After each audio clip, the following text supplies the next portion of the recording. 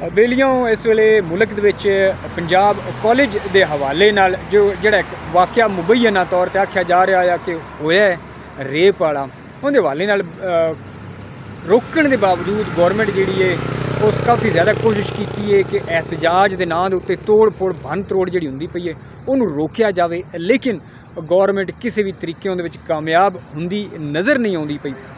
और दूजा रोला यह है कि जिहड़े लोग एहतजाज करते पे ने इस वाक़े नूं बुनियाद बना के उन्हां कोल ना किसी किस्म का कोई सबूत है ना कोई मुद्दई है, और फेक एक प्रोपोगंडे के जोर के उत्ते वो मुसलसल इस चीज़ नूं होर वधाउण की कोशिश लगे ने कि एहतजाज जिहड़ा वो ज़्यादा तो ज़्यादा किया जाए। इतफाक ऐसा है कि जिहड़ा बंदा इस वेले किसी भी जगह के उत्ते इस नाम निहाद जिहड़ा फेक एक मसला बना के उहदे उत्ते तोड़ फोड़ भन त्रोड़ की जा रही है, जिहड़ा बंदा इहदी मुजम्मत करता पिया, जिहड़ा बंदा इहदी निंदिया करता पिया, उस बंदे नूं ये लोग जिहड़े ने गालम गलोच जिहड़ा खुलेआम वो करते पे ने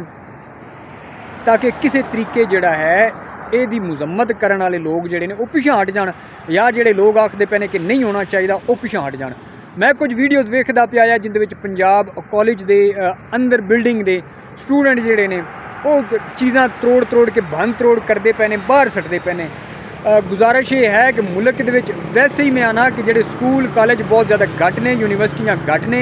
तालिब इलमां कोल मैं आना कि कोई ऐसे वसाइल कोई नहीं कि चंगियां होर मजीद प्राइवेट यूनिवर्सिटियां या कॉलेजां दे विच जाके ते तालीम हासिल कर लैन। इस दे बावजूद जिहड़े पढ़दे पे ने पढ़ियार जिहड़े ने स्टूडेंट ने वो जनाब जिहड़े पहले दियां अगर कोई कॉलेज बनया कोई यूनिवर्सिटी बनी है उहदी भी वो भन त्रोड़ करते पे ने। और ये नुकसान किंदा है, ये नुकसान सरासर साडा अपना नुकसान है, साडे बच्चों का नुकसान है। और समझ नहीं आ रही कि तालिब इलम जिहड़े ये एहतजाज हो किंदे खिलाफ रहा है, और करने वाले जिहड़े ने उन्होंने ये नहीं पता कि किंदे वास्ते एहतजाज करते पे ने। क्या कोई मुद्दई हुण तक सामने नहीं आया, कोई रिपोर्ट नहीं आई कि किसी रिपोर्ट थाने दे विच करवाई होवे कि भाई साडा ये केस है, साडा ये मसला है, सानू इंसाफ दिता जाए। होना तो चाहिए दी तहकीक होनी चाहिए बिल्कुल, अगर कोई लोग एहतजाज कर रहे हैं तो तहकीक ज़रूर होनी चाहिए,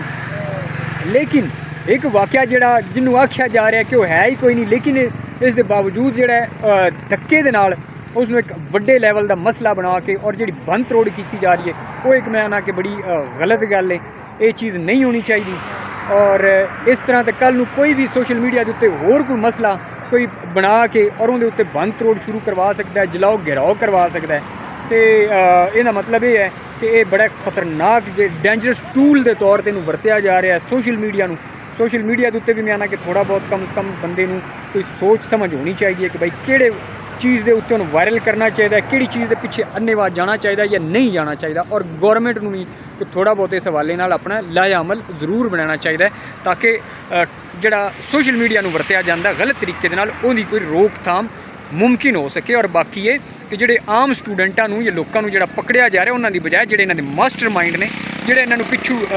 कई दफ़ा मोटीवेट करते पे ने लोकां नूं वरगलैंदे पे ने, उन्हां तक जाना चाहिए, रसाई उन्हां तक होनी चाहिए और आम स्टूडेंटां नूं आज़ाद करना चाहिए।